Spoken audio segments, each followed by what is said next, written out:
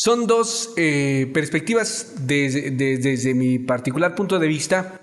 Lo positivo de la consulta y lo negativo pues está sencillamente en que puede tener vicios peligrosos, entre ellos que la ciudadanía vea estos ejercicios o los ejercicios de participación popular como algo que no sirve. Eso para mí es algo peligroso que deja esta consulta. Que la gente, ¿qué vio la gente? Yo pregunté a algunos, yo creo que eso es algo muy subjetivo, pero al final de cuentas hice ese pequeño ejercicio. Y la gente que no participó, había quienes tenían ganas de ir a votar en contra de los expresidentes. Había gente que quería ir a hacer justicia, pero al final optó por no ir, se le olvidó, o al final, la gente consideró que no era necesario, que no era útil. Y eso es algo que para mí es peligrosísimo. Que la gente interprete la democracia participativa como algo que no sirve. Porque para mí sí está prioritario preguntar esto, pero hay otros temas más prioritarios. El regreso a clases, por ejemplo. Mucha gente, imagínate el tamaño de la participación si tú haces preguntas que la gente considera que realmente sí tendrían una trascendencia. Ahí, perdón que te interrumpa, creo que aquí en la mesa estamos de acuerdo en que, ¿y quién no estaría de acuerdo en enjuiciar a esos personajes que han cometido pecados, no pecados, crímenes en contra de los mexicanos? Sería, y ya no, todos estamos de acuerdo en eso. En cuestiones técnicas del instituto, me parece que lo salvó. Ellos dijeron, vean, se hizo la consulta, lo hicimos, ¿sí? ¿no? Que hayan votado tal o cual porcentaje no es, creo yo, su culpa. Por eso lanzo la pregunta, ¿a quién van a culpar de esa baja votación? Incluso ya a Andrés Manuel le preguntan y él comenta que ya no quiere, él no tiene nada que ver en la consulta. Por favor, si él fue el principal promotor. Y estoy, por supuesto, de acuerdo que fue un ejercicio de democracia directa. Es una parte de los elementos de la democracia participativa.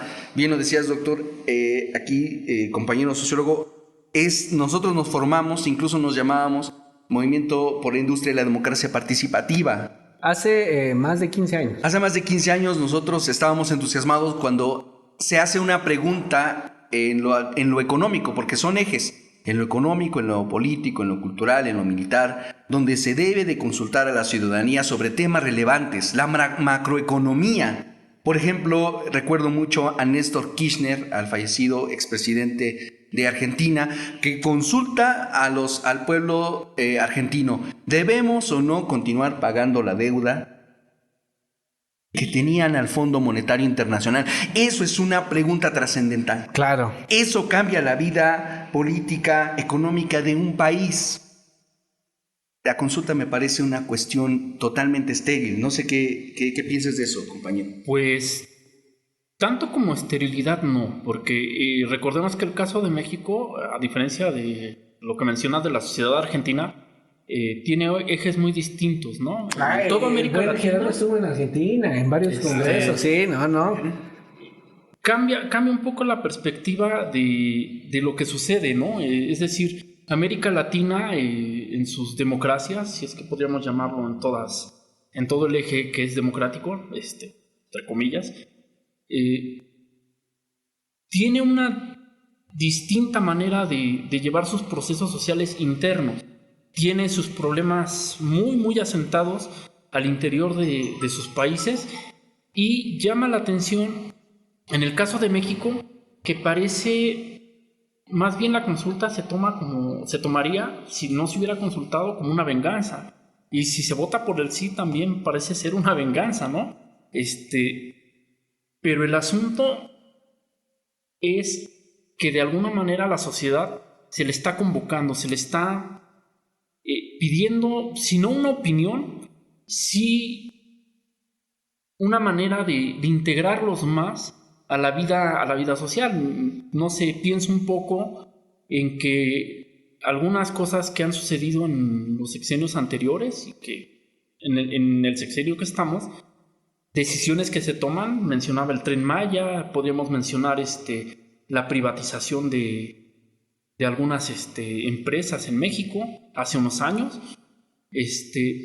Les afectan a todos, hasta la señora que vende tamales, por decirlo así. Es decir, es necesario de alguna manera que la gente se involucre, no solo nada más en pequeños sectores, por ejemplo los sectores feministas, ¿no? que luchan por la violencia que hay contra las mujeres.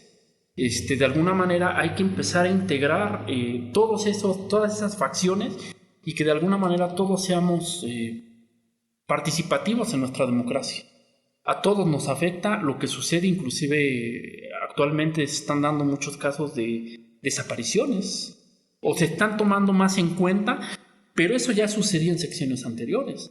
Por mencionarlo, en la guerra de Calderón, por ejemplo, se daban situaciones en donde luchaban los cárteles y secuestraban a la gente para integrarlas a sus filas.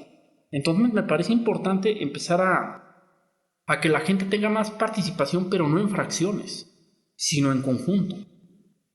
Yo lo vería por ese lado. Sí, por eso yo te decía, hay muchas virtudes, ventajas de la consulta popular. Yo te digo, veo muchísimas.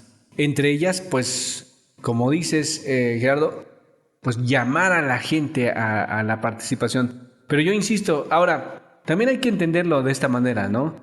Es el primer ejercicio. No, ahí estoy en total desacuerdo, doctor. Ya lleva 20 años López Obrador llamando a consultas. Al inicio de este programa lo comentaba. Ah, sí, pero digamos, el primer ejercicio por parte del Instituto Electoral, digamos, primer ejercicio formal de la democracia, de la carísima democracia formal de nuestro país. Porque como lo podemos ver, imagínate, una consulta nos cuesta 500 millones de pesos. O sea, nuestra democracia es costosa.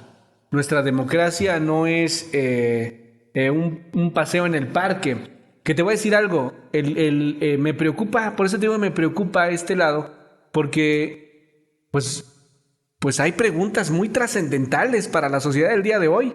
Por ejemplo, ¿por qué no preguntarle a la gente qué opina? Si está a favor o en contra. Porque puede estar la gente a favor, independientemente de eso. De las becas a los jóvenes. ¿Qué tal si la gente no quiere que ese recurso se vaya a los jóvenes? Digo, yo lo veo muy bien. Yo estoy encantado de eso. Imagínate, me gusta. En nuestra época estudiantil que nos hubieran dado una beca. ¡Qué fantástico! Yo votaría por el sí. Por supuesto, pero al final de cuentas es un tema súper trascendental. Que te apuesto lo que quieras a que votan 60 millones de personas sin problema, ¿eh? Tú le preguntas a la gente, bueno, a ver, vamos a destinar X cantidad de recursos para este proyecto o para este otro proyecto. Porque está el Tren Maya, pero pudo haber otro proyecto. Porque la pregunta no nada más es si quieres o no quieres. Bueno, a ver, está el Tren Maya, está, no sé, alguna otra obra pública de importancia. O incluso no sé, el tema del aeropuerto. ¿Qué opinas? Te apuesto lo que quieras a que en temas trascendentales la participación se desborda. ¿Qué me preocupó de la consulta? Que pues si la gente no participó, pues hay que ser honestos, pues no solamente no le importó, sino que no vio relevancia. Pues que fuera importante, porque mucha gente lo platicaba así. Oye, pero pues al final van a hacer lo que quieran. Al final, mi punto de vista, pues no vale. Al final, pues mucha gente al final preguntó de qué sirve o cuál es la función de la consulta. Eso es lo que me preocupa, que ese amplio ejercicio reflexivo de crítica se haya estancado ahí. Ahora, yo no voy a defender al INE, por supuesto que no, pero yo creo que la consulta aseguró que la ciudadanía votara. Y si no lo aseguró, para mí creo que fue la excepción, no la regla. Sí, seguramente hubo gente que pues, oye, si me mandan a votar, en mi caso, si me mandan a votar a Tlanalapa, no tengo problema. Voy y me muevo para votar en Tlanalapa, como lo hice. me muevo a votar a Apan. Si me dicen, oye, votas en Tepeapulco y me interesa votar, no tengo ese problema. Pero hay gente que tal vez no se puede mover incluso de un municipio a otro, de una colonia a otra, de una sección a otra. Ahora hay municipios donde tal vez la casilla se ubicó en una sección donde tienes que trasladarte a un pueblito que te tardas media hora. Y pues eso imposibilita que votes. Pero la regla fue que la casilla te quedaba cuando menos a unas cuadras de tu casa. Ahí, como comentando al inicio, no es que defienda yo al instituto, por supuesto que no. Pero en una cuestión técnica, por ejemplo, ayer que un familiar tenía que votar, me decía, ¿a dónde tengo que votar? Bueno, se hizo, no en tiempo y forma, porque eso sí fue un error del instituto, que no se informara claramente dónde tenía que votar. No iba a ser común, no iban a ir a su casilla común y corriente. Pero, por ejemplo, nosotros que estamos aquí en Ciudad Sagún, toda la 1206, que forma parte de la Hidalgo, el abecedario, que es nuestros vecinos, la Carros, que es donde estamos transmitiendo, Sidena, votaron en una escuela que, si no bien nos ubica justo en el centro, cumple con las garantías de tener un espacio donde estén sentaditos, donde no les pegue, donde no les afecten cuestiones climatológicas. Es decir, creo que la parte técnica la salva el instituto, porque eso se dedica, para eso le pagan los millones que le pagan a todos estos consejeros y bueno, todo el aparato que es el INE. Y aquí entra un tema que platicábamos. ¿Quién representa a la institución encargada de la democracia en México? Ese es un tema, ese es todo un tema. Y, por ejemplo, en este caso, el representante, el máximo representante de la democracia en México, y yo no diría representante, yo diría el grupo, la persona que se apoderó del instituto encargado de la democracia en México, Lorenzo Córdoba. Porque yo veo que lo critican demasiado, ¿no? Y bueno, si analizáramos el caso del consejero presidente del INE, nos daríamos cuenta que es una persona muy estudiada. Es una persona no solamente estudiada, sino su vida dedicada al estudio de la democracia en México. Y tú revisas sus antecedentes, su papá, señor Arnaldo Córdoba, y esto es importantísimo decirlo, todos, porque yo veo muchos de Morena. No, maldito INE, fuera Lorenzo Córdoba, te odiamos. Ya se convirtieron en haters, ¿no? Te digo que las posiciones ultras, tanto en la no izquierda, tanto los ultra adoradores, fanáticos que aman, como los odiadores que igual son posiciones muy peligrosas. Lo critican y lo quieren fuera, ¿no? Yo he visto fuera Lorenzo Córdoba. Fíjate, su papá, Arnaldo Córdoba, él fue militante activo del Partido Comunista de México, de esos que, como los de ahora, ¿no? Los fundadores, ¿no? De tradición del Partido Comunista. Nada más y nada, pero no un militante como yo, ¿no? Del Partido Comunista, que simpatizo con las ideas anticapitalistas, ¿no? No, a este chavo lo mandaron a China a esos cursos, de formación política, no como los que vemos acá, ¿no? Del Instituto de Formación Política. Ahí hablábamos del fisgón de John Ackerman, que le invierten cierta cantidad de dinero para la formación política. Habría que tocar ese tema, sí, de la formación, ¿no? Fíjate, lo mandan a estudiar a la formación de cuadros de la potencia comunista del mundo. A su papá, a este señor Arnaldo Córdoba, papá de Lorenzo Córdoba. Y deja tú, no solamente es un militante, tiene una bibliografía que él escribe de comunismo. Eso sí, en el 96, como muchos comunistas, cae la Unión Soviética y ya, ¿no? Ya en esta onda del fin de la historia, que es un disparate, ¿no? Pero bueno, como muchos después del 92, se alejan del Partido Comunista. Amigo, cuate, hermano, camarada, charolastra, compadre, lo que tú le quieras decir, de José Goldenberg. Nada más y nada menos que el primer presidente del Instituto Federal Así es. Estás hablando de un grupo, Porque al final de cuentas, mucha gente dice, ay, no, como en Morena, ¿no? Que no haya grupos, ay, grupos. Qué horror los grupos. Oye, la sociedad se organiza en grupos. Los seres humanos somos altamente selectivos. Nos organizamos con gente que estudia lo mismo. Conozco a Gerardo porque nos encontramos en la universidad estudiando. Somos colegas.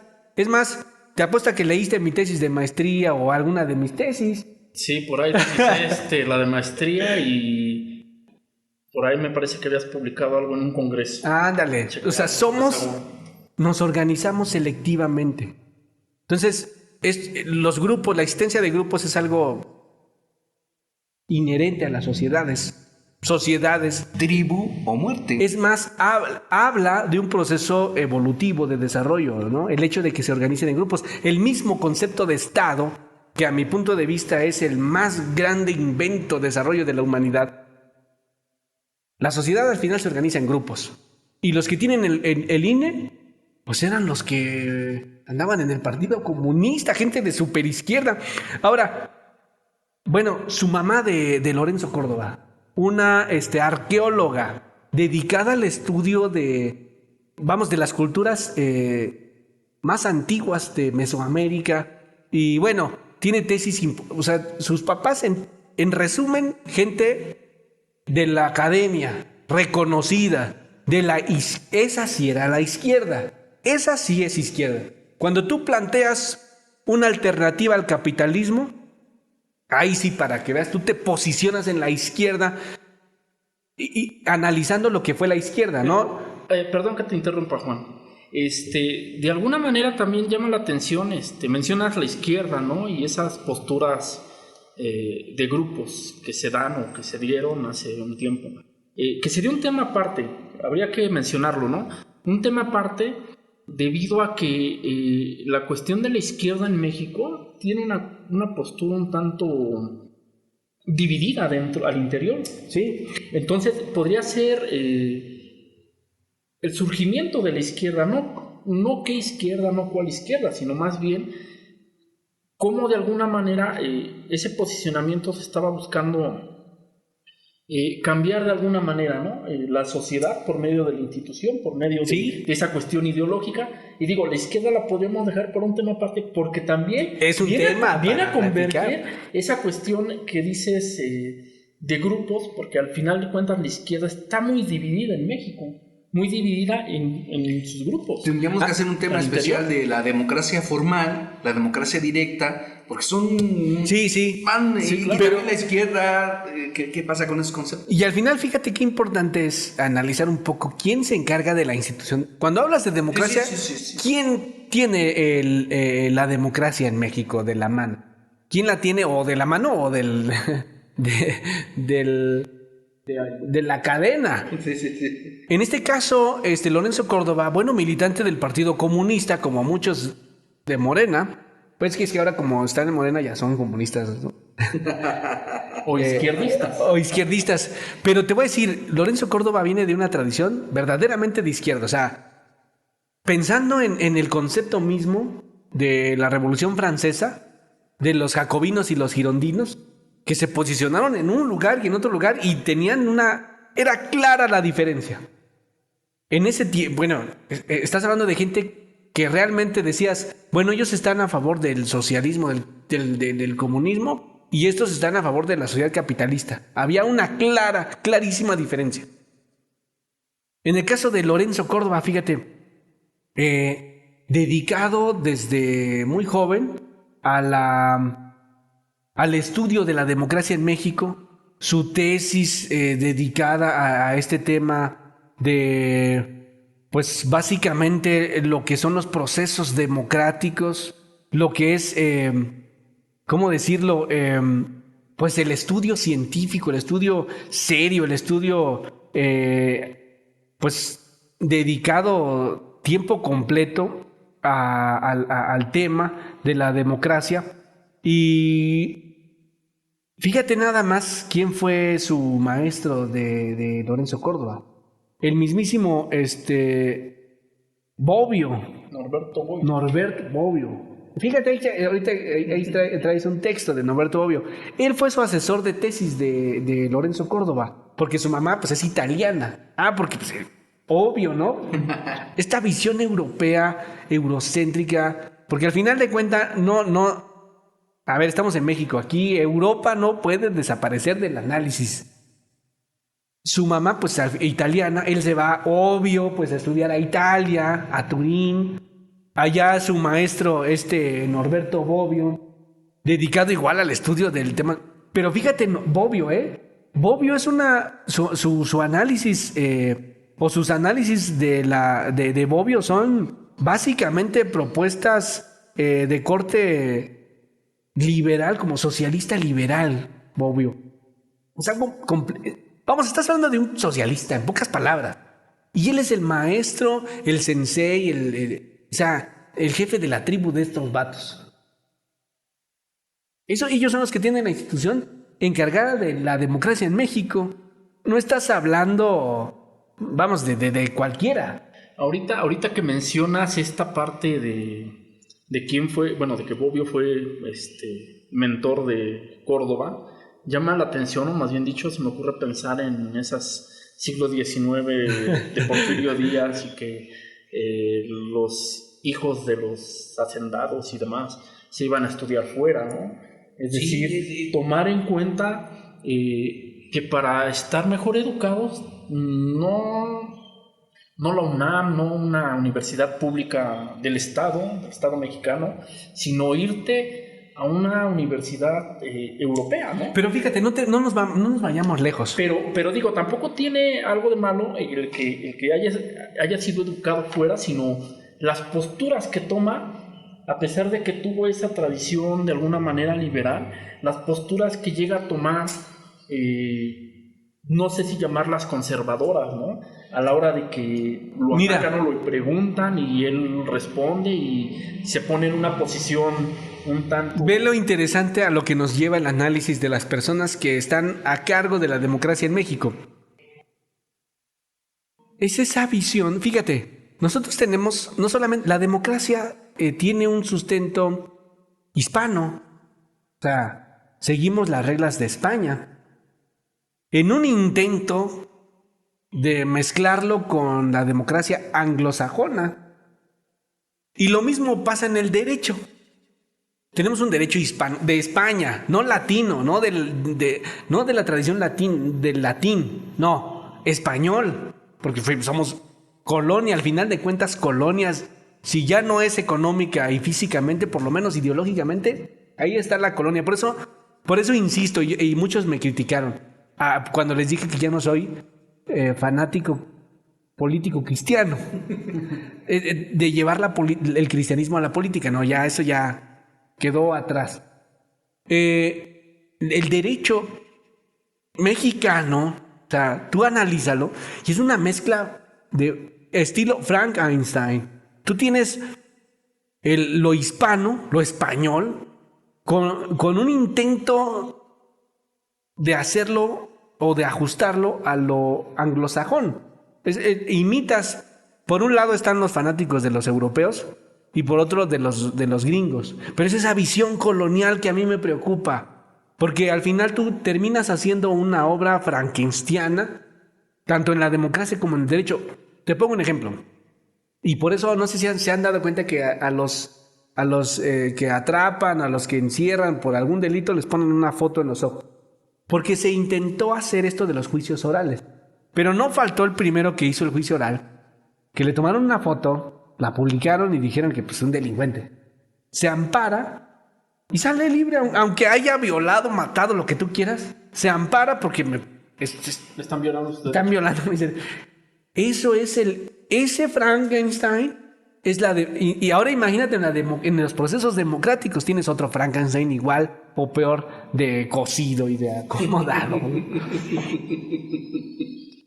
Y además tiene un punto delicado. volviendo a la parte de la A ver, democracia. producción, más café. Decíamos, ¿qué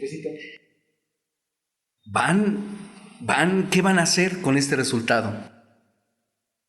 Platicábamos, ¿va a ser parejo? Porque la pregunta era para los expresidentes, enjuiciar o no a los expresidentes. Pero el tribunal lo cambia. Ahí tienes a Frankenstein. Exacto. Lo agarra y hacen un... Bueno, la gente, después de que lanzamos el programa número 0, una buena respuesta, muchas gracias, se pregunta, oye, ¿y por qué vamos a votar? Porque el tribunal ya cosió, ya le puso, ya le cortó, y habla de los actores políticos. Entonces tendrían que enjuiciar a un secretario de Estado que está en el gobierno de Andrés Manuel López Obrador, que es el exgobernador de Puebla,